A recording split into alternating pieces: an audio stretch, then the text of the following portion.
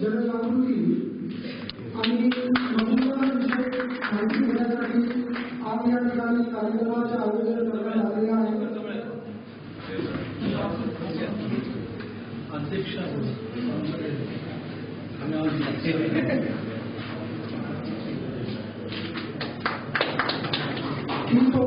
प्रज्वलनाने कार्यक्रमाचं उद्घाटन होत आहे. प्रमुख मार्गदर्शक जगन्नाथ दीक्षित, कार्यक्रमाचे अध्यक्ष आणि या सर्व उपस्थित मान्यवर या ठिकाणी दीप प्रज्वलन करत आहेत.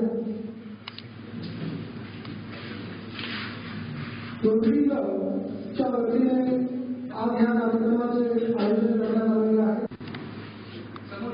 कार्यक्रमाचे वक्ते डॉक्टर जगन्नाथ दीक्षित हे प्राध्यापक विभाग प्रमुख डिपार्टमेंट ऑफ कम्युनिटी शासकीय वैद्यकीय महाविद्यालय लातूर या ठिकाणी रोटरियन डॉक्टर विनायक महाविद्यालयाचे शिक्षण संस्था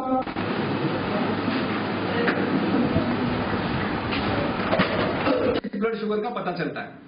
और दूसरा बोलते हैं फास्टिंग इंसुलिन, फास्टिंग शुगर नहीं, फास्टिंग इंसुलिन, कि आपके शरीर के अंदर कितना इंसुलिन तैयार हो रहा है ये हम जानना चाहते हैं। तो ये 2 टेस्ट आपको करना है, इसके रिपोर्ट भी आप व्हाट्सएप के ऊपर मुझे भेज सकते हो। तो ये जो मोबाइल नंबर्स है ये भी आपको दिखाए जाएंगे, तो आप ये व्हाट्सएप ग्रुप में शामिल हो सकते हो। आप जिस एरिया में हो, हमारे अभी 62 व्हाट्सएप ग्रुप्स है, 11,000 के ऊपर हमारे followers all over the world है।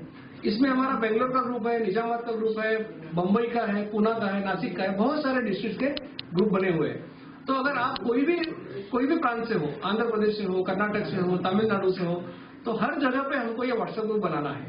और जितने ज्यादा लोगों को ये पता चलेगा उतने लोगों का फायदा इसमें होने वाला है। और भारत जैसे देश के लिए ये सबसे आसान और सबसे कारगर तरीका है जिससे हम इस बीमारी से दूर रह सकते हैं। तो मैं आपका स्वागत करूंगा अगर आप व्हाट्सएप ग्रुप में आना चाहते हो। अगर आप फेसबुक यूज करते हो तो फेसबुक के ऊपर भी हमारा एक एफर्टलेस वेट लॉस का ग्रुप है, उसमें भी आप ज्वाइन हो सकते हो। अगर यूट्यूब पे जाओगे तो हमारा एफर्टलेस वेट लॉस नाम का एक वीडियो अवेलेबल है 11.5 मिनट का, उसे भी आप देख सकते हो। तो आपको ये बात सब समझ में आएगी और मैं आपका स्वागत करता हूँ कि आप इसमें आइए और इस अभियान का नेतृत्व भी कीजिए। बाद में जब आपको इसका फायदा होगा तो आपके बाजू के सब लोगों को इसके बारे में बताइए और ये अभियान में शामिल कीजिए। धन्यवाद।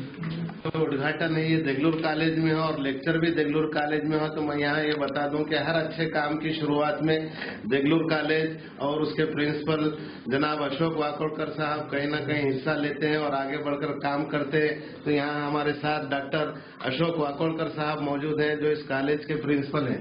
सर बताइए। अभी मैं रोटरी क्लब का देगलूर का सदस्य बना हूँ, इसलिए मैं अभी रोटरी का ही सदस्य होने के नाते देगलूर कॉलेज देगलूर की जो राष्ट्रीय सेवा योजना है और रोटरी क्लब देगलूर की जो शाखा है जिसका इनॉग्रेशन अभी हुआ है, एक सोशल वर्क करने वाली ये ऑर्गेनाइजेशन है।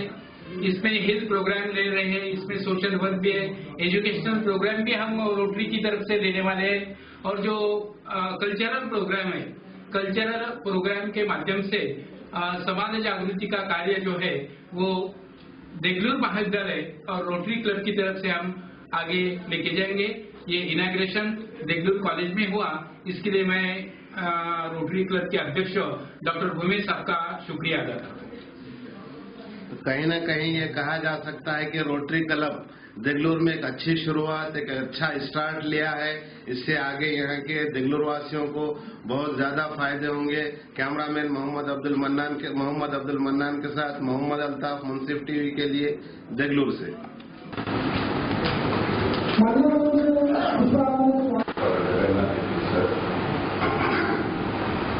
कॉलेज प्राचार्य वाकोडकर सर, भारत सरकारी शिक्षण संस्थेचे श्री नारायण सरिकांत डॉक्टर मुंडे आणि आदरणीय विद्यार्थी आणि सर्व उपस्थित बंधू, सामाजिक कार्य करण्यासाठी रोटरी क्लबची स्थापना देगलूरमध्ये झाली आहे आणि असे सामाजिक कार्यक्रम आम्ही यापुढे सुद्धा घेणार आहोत। त्यातला हा पहिला कार्यक्रम जो आपल्या समाजात सध्या ओबेसिटी म्हणजे स्थूलत्व खूप दिसते कारण बेसिकली व्यायामाचा अभाव, ताणतणाव आणि आपली ताणतणावयुक्त जीवनशैली जी आहे यावर जास्त प्रकाश डॉक्टर जगन्नाथ देशमुख करणार आहे. मी काही जास्त बोलणार नाही. सुलभमध्ये मोठ्यामध्ये तर म्हणजे मोठ्या माणसामध्ये तर आहे, इव्हन लहान लेकरांमध्ये सुद्धा आता सुलभ दिसते आणि या सुलभामुळं मधुमेह, वाढता रक्तदाब हे जे प्रॉब्लेम्स आहेत या प्रॉब्लेम्सना ॲड्रेस करणं, या प्रॉब्लेमना आपल्याला कशी मात करता येईल यावर डॉक्टर जगन्नाथ देशमुख सर बोलतील. मी आता तुमचा जास्त वेळ घेत नाही. त्यांच्यामुळे मी देगलूरमध्ये आलो. अशा 2 व्यक्तींचे आभार मानणं अतिशय आवश्यक आहे. त्याच्यामध्ये माधवी दीक्षित आणि डॉक्टर भुमे. डॉक्टर भुमे औरंगाबादच्या मेडिकल कॉलेजमध्ये मला 2 वर्ष सिनियर होते. तेव्हा तिथे आमचा मेडिकल व्हायचा. त्यानंतर अनेक वर्ष आमचा काही संपर्क होता. आजच्या व्याख्यानाच्या निमित्ताने त्यांची भेट घेण्याचा जो काही आला आणि माधवी दीक्षितांमुळे त्यांच्या आपल्या वेळात चुकलं आहे आणि त्यांनी मला म्हटलं की तुम्ही त्या देगलूरला तुम्ही मोठा देगलूरला येणं थोडंसं अवघड आहे. पण मी जो राजेचा आलो आणि गायनेक डॉक्टर गायनेकॉलॉजीच्या डॉक्टरमध्ये मला ते बोलवलं. म्हणजे त्याला जोडून मी देगलूरला नक्की येऊ शकते. त्या निमित्ताने त्याला इथे जोडून आलाय. त्यामुळे त्या दोघांचं खास ठिकाणी आभार. प्राध्यापक वापरकर सर ते बोलत होते तेव्हा माझ्या मनामध्ये अशी इच्छा निर्माण झाली की या मधुमेह आणि सुलभमुक्त भारत अभियानात जर वापरकर सर आले तर आमचं नाव निर्मळ कमी होते आणि ते बरोबर प्राध्यापक असतील की ज्यांचं वक्तव्य अतिशय चांगलं आहे, जे समाज कोणावर ज्यांचा बाबा आहे, वगैरे आहे, अशा लोकांनी जर आमचा संदेश समाजामध्ये पोहोचवला तर हे अभियान पूर्ण देशामध्ये जाणं अतिशय सोपं होईल. तुम्हाला काय वाटतं? कारण वापरकर सर त्यांनी डायबिटीज झाला असं तुम्ही म्हणतात असं माझी जी इच्छा आहे त्यांच्या डायबिटीजवर रिव्हर्ट व्हावा. त्याला जर पुढे चालू असेल तर त्या काही एखाद्या वर्षात बंद व्हाव्या असा प्रयत्न मी केला. आजच्या व्याख्यानाचा विषय जो आहे विना सायास वेट आणि मधुमेह बदल. मला माहिती बरेचसे लोक जे आलेले ते विना सायास शब्दामुळे आलेले. कारण रक्त लोकांचा एक मोठा प्रॉब्लेम आहे. त्यांचा प्रॉब्लेम असा आहे की मी काय हवं ते खातो, तुम्ही मला तो बदल कमी करू द्या. तर विना सायासमध्ये इंग्रजीमध्ये एफर्टलेस. तर हा एफर्टलेस नाहीये, लेस एफर्ट. म्हणजे एकदमच प्रयत्न करायचे असं नाही, थोडेफार प्रयत्न करायचे. पण जे प्रयत्न मी तुम्हाला करत सांगणार जे प्रयत्न करत सांगणार आहे ते करण्यामुळे तुम्हाला काही अडचण येणार नाही. खूप घराकडे करायची आवश्यकता नाही.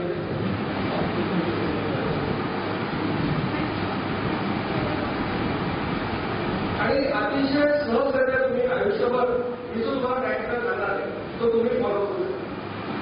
तर असा डायट करणार पाहिजे जो अभ्यास करत आहे म्हणून त्याला मी विनासाया असं नाव दिलेलं आहे. व्याख्यानाच्या सुरुवातीला एक गृहनिर्देश करणं आवश्यक आहे.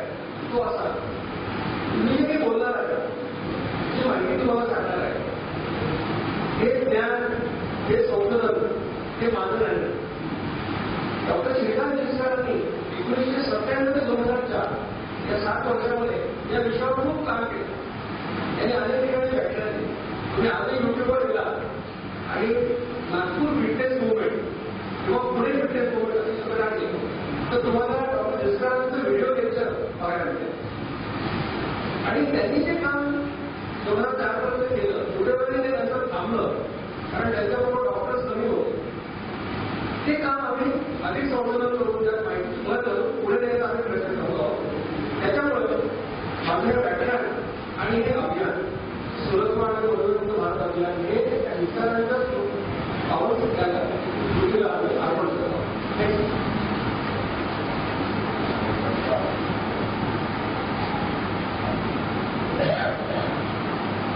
देगलूर कॉलेजमध्ये मी व्याख्यान देतो आहे आणि मला माहिती आहे एवढे विद्वान जो व्याख्यानाला आले त्याच्याकडे हे वाक्य टाकणं मला आवश्यक वाटतंय की मी जे बोलेन त्याला मी जबाबदार आहे. तुम्ही काय समजून घ्या याची जबाबदारी मी घेऊ शकत नाही.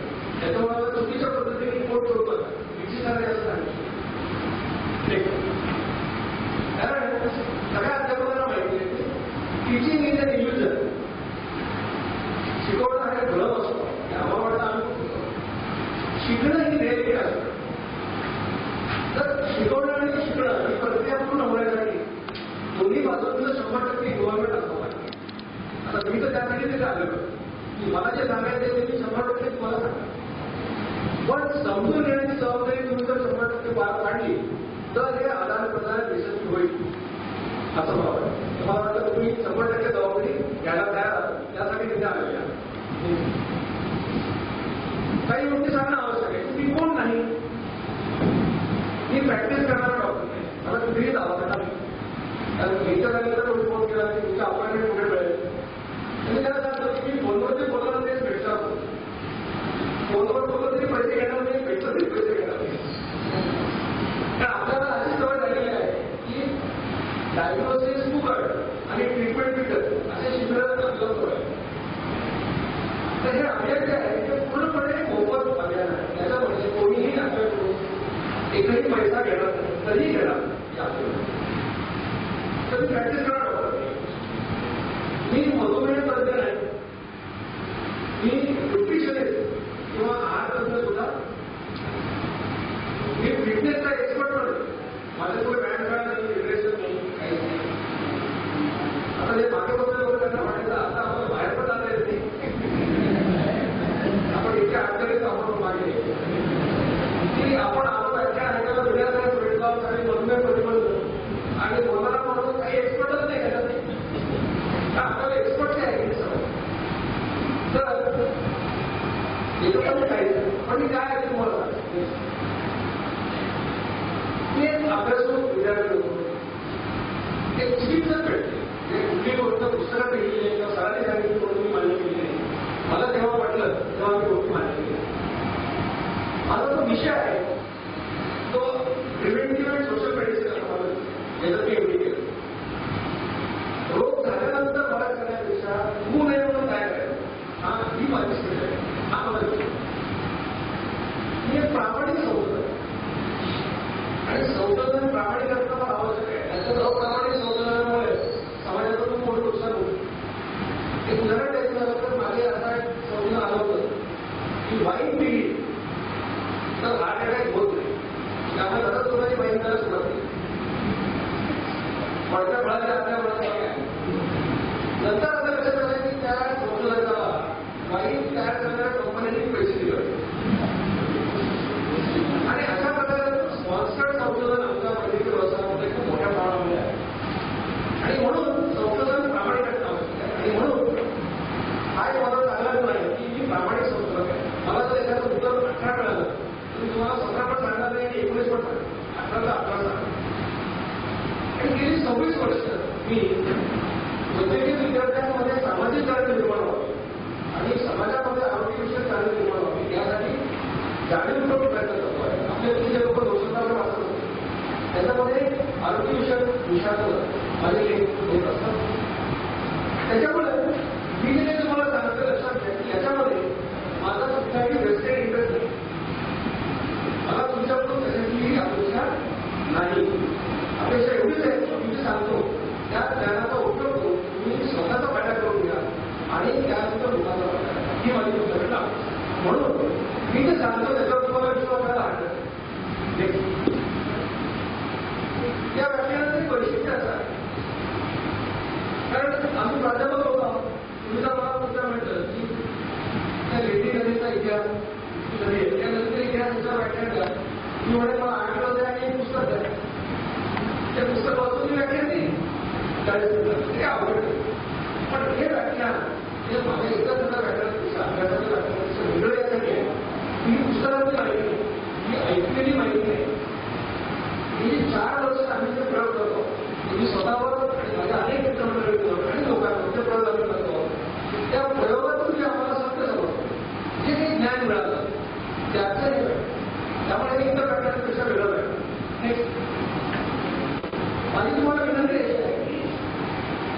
आपण जसं बऱ्याच वेळा व्याख्यानात इकडून ऐकून होऊन देतो तसंच होतं. आज बेंगलोरची लोकसंख्या 1,000 50,000 1 लाखाची लोकसंख्या आहे. इथे 200 लोक आलेले आहेत. 1 लाख लोकांपर्यंत जर आपल्याला जायचं असेल तर तुम्ही असं ऐका की तुम्ही इतरांना सांगू शकता. कारण सगळ्यांना येणं शक्य नाही. एका माणसासाठी 100 लोकांपर्यंत तुम्ही गेला तर 20-25,000 लोक तोडू. म्हणून असं ऐका की तुम्हाला पुन्हा कुणी ते सांगायची आवश्यकता नाही. आणि मी असं सांगायला तुम्हाला की तुम्हाला पुन्हा काही व्याख्या ऐकण्याची आवश्यकता भासणार नाही. आणि अशा पद्धतीने युवा व्हा. मी जे सांगतो त्याचा स्वतः प्रयोग करा. पुन्हा सांगणार माझा विश्वास होतो स्वतः विश्वास मी जे सांगत आहे तो प्रयोग तुम्ही स्वतः 3 महिने करा. तुम्हाला फायदा झाला तर मात्र डेफिनेटली लोकांना सांगा. हे चित्र आपल्याला सगळीकडे पाहायला मिळतं.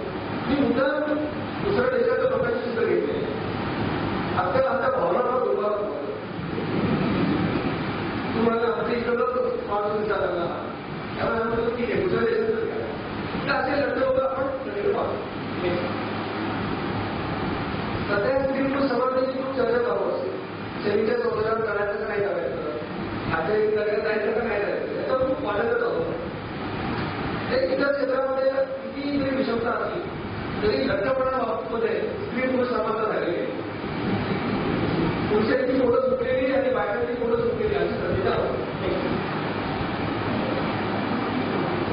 हे तिला उत्तर आलं. आपण क्रॉस करतो सगळं बस करतो रेल्वे करतो. आता या सगळ्या प्रवास कंपन्यांनी असं ठरवलंय की तिकीट घेताना किलोवर घ्यायचं. 40 किलोवर तिकीट 100 किलोवर तिकीट त्यांना परवडत. त्याच्यामुळे आतापासून काळजी घ्या नाही तर पुढे खर्च वाढला.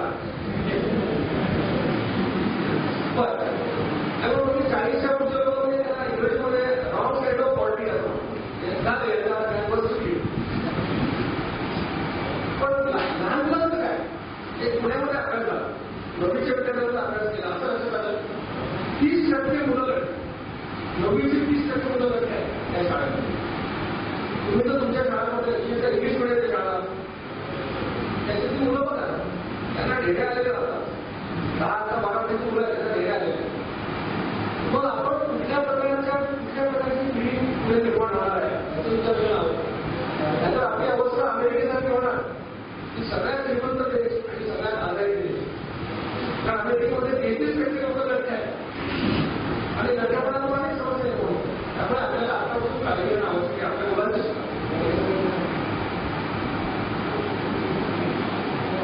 हे मी खास दिवाळी सोडवण्यासाठी जातो असतो. महाबळेश्वरला गेला माथेरानला गेलं तर नवऱ्याला वाटतं की बाकीच्या डबऱ्यावरती हात टाकावा. त्याला विचारायला काही जमत नाही म्हणून त्यांनी एक्सचेंजला घेतलं. मागच्या लोकांना दुसरं दिसतं काय हसलं तेवढे आहे. तर अशी वेळ येऊन जातात त्या चित्रातल्या बाईचा जागी पुरुष पण असतो. हे व्याख्यान कशा करते जगामध्ये लठ्ठपणा आणि मधुमेह ही समस्या वाढलेली आहे. 25 वर्षापर्यंत तुम्ही जेव्हा लग्नाला जायचा तेव्हा चहाचा एकच भांडा असतो. आता चहाचे 2 भांडे करावे. एकामध्ये साखरेचा एका प्लेटचा. हा अशा घडलेला बदल गेल्या 20 वर्षात 8.5% लोकांना आज डायबिटीस आहे. एका पद्धतीचे जेवढे होते तुम्हाला 15-20 लोकांना डायबिटीस आहे. लठ्ठपणा खूप लोकांमध्ये पण हे प्रमाण वाढत नाही. पण लठ्ठपणामुळे तुम्हाला डायबिटीस होऊ शकतो. तुमचं ब्लड प्रेशर वाढतं. मेंदूमध्ये रक्तस्राव होऊ शकतो. महिलांमध्ये गर्भधारण न होण्याचं कारण लठ्ठपणा असतं. काही कॅन्सर होतात. पण दुसरी गोष्ट असते की लठ्ठपणा किंवा मधुमेह हा प्रतिबंध करण्याजोगा आजार आहे. एखादा असाध्य आजार असेल तर कोणी उपयोगच नाही. एखादा असाध्य आजार असेल त्याला उपचारच नाही त्याच्याविषयी खूप उपयोग आहे. पण या आजाराविषयी आपल्याला डेफिनेटली प्रतिबंध करता येतो म्हणून बोलणं महत्वाचं. आणि असा उपाय तुम्हाला मी सांगणार आहे की ज्या उपायासाठी पहिली गोष्ट पैसे लागत नाही. आपल्या सगळ्यांना फुकट ठेवत नाही तर आवडतं. पैसे लागत नाही. डॉक्टर लागत एक्सपर्ट. तिसरं म्हणजे तुम्हाला कुठलंही मशीन विकत आणायचं नाही, उपकरण विकत घ्यायचं नाही. आणि चौथी सगळ्यात महत्त्वपूर्ण, मी जे तुम्हाला सांगणार ते तुम्ही आयुष्यभर फॉलो करू शकता. त्यासाठी तुम्हाला घरा विरोधी करायची गरज नाही, मत मांडण्याची गरज नाही. मग असा उपाय करायला हवा आहे, त्यासाठी पैसे लागत नाही, डॉक्टर लागत नाही आणि तुम्ही करू शकता.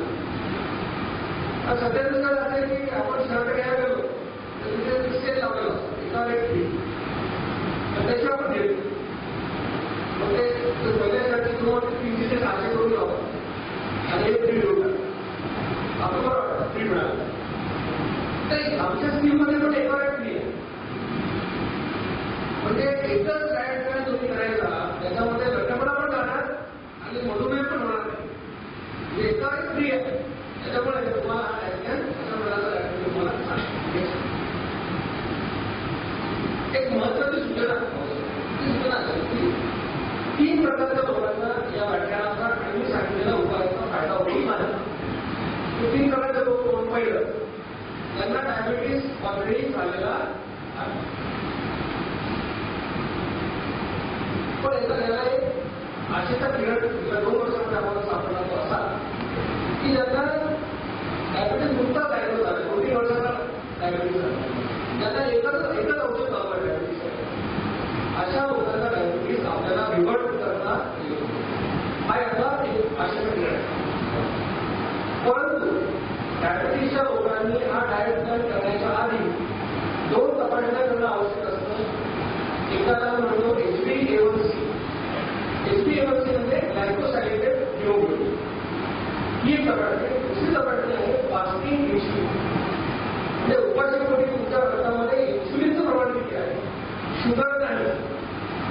सामान्यपणे डायबिटीसचे लोक ब्लड शुगर करतात उपाशीपोटी आणि जेवल्यानंतर. आणि ते सांगितले इन्सुलिन नावाचं हार्मोन तुमच्या शरीरात किती प्रमाणात तयार होतं ते आपण करत आहोत. तर HbA1c आणि फास्टिंग इन्सुलिन ह्या 2 तपासण्या करायच्या. केल्यानंतर ते रिपोर्ट मला पाठवायचे. मी जर तुम्हाला सांगितलं की डायट प्लॅन फॉलो करू शकता, तुम्हाला फायदा होईल, तरच डायट प्लॅन करायचा. स्वतःच्या मनाने करायचा नाही. स्वतःच्या मनाने केला आणि चक्कर पडला तर डॉक्टरपेक्षा जवळला नाही. हे 3 वेळा झालं डायबिटीस होतं. दुसरा प्रकार आहे जी मुलं आहेत त्यांचं वय 18 पेक्षा कमी, त्यांना या डायट प्लॅनची आवश्यकता नाही. तिसरा एक प्रकार आहे, तो प्रकार तुम्हाला मी आता सांगणार. तुम्ही मला नंतर विचारलं त्यांचा तुम्हाला सांगितलं. तिसरा प्रकार आपण आता लढता आहोत की हे लोकांना माहीत असेल तेव्हा त्यांना ते मान्य करायचं नसतं. कोणाकडून तुम्ही लढल्या म्हणून तुम्ही खाण्यापिठे घालताय, तिला नंतर दुष्काळ कसं वाढत नाही. आणि हे आपणच बोलतो प्रमाणात जो काही घेतात हे सगळे दुष्काळ करत असतात. तर मग ओळखायचं कसं आपण लढता होता, त्याच्यात साधा सोपा फॉर्म्युला तुम्हाला सांगतो. तो फॉर्म्युला असा आहे, तुमची सेंटीमीटरमध्ये उंची जेवढी आहे त्याचं तुम्ही 100 होता. तुमच्या 150 सेंटीमीटर असेल, तुम्ही 100 वजा 50 किलो हे तुमचं जास्तीत जास्त वजन असणार आहे. जास्तीत जास्त तुमचं 180 सेंटीमीटर आहे, तुमचं वजन जास्तीत जास्त 80 किलो असणार आहे. कारण आपण तुमची माहिती सेंटीमीटर तुम्ही 100 वजा आवडतो बघा, यातून 2 गोष्टी होतात. एक तुम्हाला हे कळतं की आपलं वजन जास्त, आणि दुसरं हे कळतं की किती जास्त आहे. तुमचं 88 किलो आहे, तुमचं 80 किलो पाहिजे, तर तुमच्या लक्षात की आपलं 20 किलो कमी करायचं. एकदा हे तुम्हाला मान्य झालं की आपल्याला 20 किलो कमी करायचं तेव्हा तुमचे प्रयत्न सुरू होतो. तर हे तुम्ही लक्षात घ्या की आपण लढण्यावर कसं ओळखायचं यावर. लठ्ठपणाची सुद्धा कशासाठी करायचं, कारण लठ्ठपणा हा आजार आहे, पण लठ्ठपणाला अनेक आजारांची धोका वाढतो. अनेक आजार आहेत त्याच्यामध्ये गुडघेदुखी आहे. आणि वजन कमी केल्याने गुडघेदुखी थांबतो. कारण लोकांना गुडघेदुखी खूप आजार आहेत ज्याचे आपल्याला लठ्ठपणा 2 प्रकारचा असतो. एक असतो सफरचंदासारखा, म्हणजे काय, सफरचंद वर लहान खाली लहान मध्यभागी उभी म्हणजे डेली सुटते, बाकी लहान, त्याला म्हणजे ऍपल सेपरेट किंवा सफरचंदासारखा इंग्लिशमध्ये सेंट्रल ओबेसिटी पण म्हणतात. दुसरा लठ्ठपणा आहे नाश्ता घेणं. म्हणजे वर लहान गोडपीठ लहान पण विटंबाचा भाग कपड्याचा भाग आपलं तर दोन प्रकारचा लठ्ठपणा असा प्रकार आपण दिसतो. तर लठ्ठपणा तुमचा वाईटच आहे दोन्ही पण त्यातल्या त्यात तुम्हाला सांगितलं की बळजबरी का म्हणजे एक गाव सांगेल होती तर नाचपाती जागा घेतलेला परवडला सफरचंदा धरका नव्हतं सफरचंदा धरका सेंट्रल ओबेसिटीमध्ये खूप जास्त. आता काय करायचं हे आमच्या समोर बळ सगळ्या घरामध्ये मोठे आमचे असतात मेकअपसाठी समोर असं बळ आहे पण आपल्याला बळ असं बळ म्हणजे आपल्याला आपलं आकार दिसेल मग कळेल तुम्हाला की तुम्ही समजत आहात त्यांना असणार नाही. आता ते नॉर्मल चेष्टा करा की समजत आहे नाचणार आहे काळजी करू नका. मी तो उपाय करणार आहे त्यांनी तुमचं वर्षभरामध्ये पोट फ्लॅट होणार आणि करू आता बऱ्याच मुलाला लागते चेष्टा करा आपण घरचे का होते त्याने करतात जसं जसं वय वाढतं तसं बदल वाढतं. पुरुषांमध्ये वय 25 ते 29 हा वयामध्ये त्याच्यात बदल वाढतं. महिलांमध्ये 45 ते 49 वर्षामध्ये बदल वाढतं कारण हा त्यांचा मेनोपॉजचा काळ असतो त्यांनी मासिक पाळी जाते आणि हार्मोन डिस्टर्बन्समुळे वजन वाढतं. महिलांमध्ये वजन वाढण्याची प्रवृत्ती जास्त असते पुरुषांपेक्षा. अनुवंशिक घटक आहे त्याच्यामुळे लठ्ठपणा येऊ शकतो. कोणाला म्हणतात तू लठ्ठे करून माझे आई पण लठ्ठे वडील लठ्ठे आजोबा लठ्ठे म्हणून मी लढते मला त्यांच्याकडून प्रॉपर्टी मिळाली. पण लक्षात घ्या की लठ्ठपणाचे 100 लोक तुम्ही घेतले लठ्ठ त्याच्यात 1 किंवा 2 लोकांना फक्त अनुवंशिक कारणामुळे लठ्ठपणा येतो. बाकी सगळ्यांनी लठ्ठपणा स्वतः गमावलेला असतो. शारीरिक श्रमाचा अभाव हे कामच राहिलेलं असतं. पूर्वीचे लोक पूर्वीचे घेतलं आम्ही जर मेडिकल ऍडमिशन घेतली त्या माझ्या वर्गामध्ये 2 मुलांकडे स्कूटर होतं 100. आज माझ्या लातूरच्या मेडिकल कॉलेजमध्ये 150 पैकी 2 मुलं असतील त्यांच्याकडे गाड्या नसतात. इतका बदल झाला. पूर्वी लोक सायकल चालवायची कुठे बाहेर जायचं काही नाही. आता मोटरसायकलला किक मारली ती लोक जातात श्रम वाढले. खाण्याच्या सवयी काय आपल्या ही मदत काही लोकांना सांगतात आपल्याला काही सवय काही लोक बाहेर पडले पाणीपुरी जे काही दिसेल ते खात राहतात. अशातच तुमच्या सवयी असतात याच्यापेक्षा तुमचं वय म्हणून सामाजिक घटनामध्ये ज्या लोकांना नैराश्य असतं डिप्रेशन ते लोक असतात आणि काही संकट आहे हॉर्मोन्स नाही त्याच्यामुळे वजन वाढतात. त्याच्यामध्ये इन्सुलिन आहे महत्व वाढतं. जेव्हा डायबिटीसच्या पेशंटला आम्ही इंजेक्शन देतो त्याचा एक साईड इफेक्ट वजन वाढणे ते इन्सुलिन वजन नंतर होणार.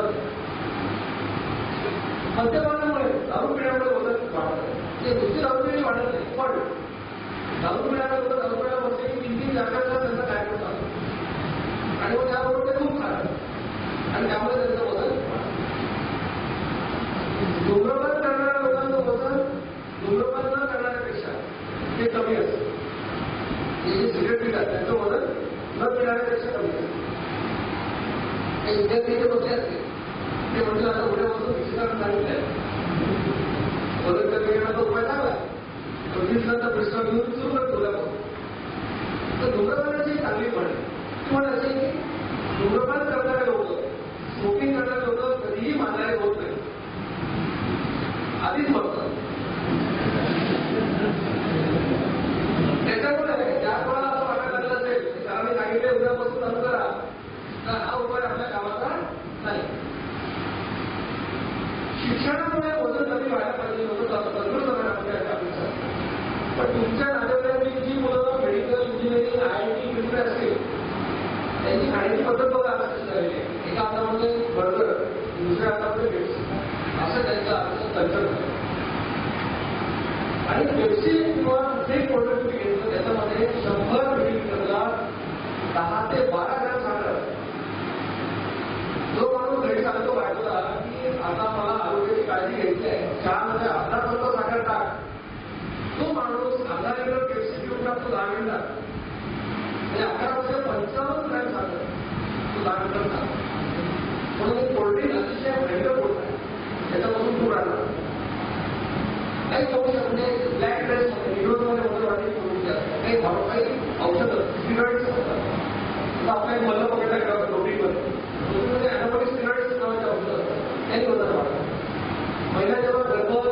राहू नये म्हणून गोळ्या घेतात, त्यामुळे देखील वजन वाढतं. आणि मी सुद्धा इन्सुलिन जेव्हा आपण घेतो डायबिटीससाठी तेव्हा वजन वाढतं.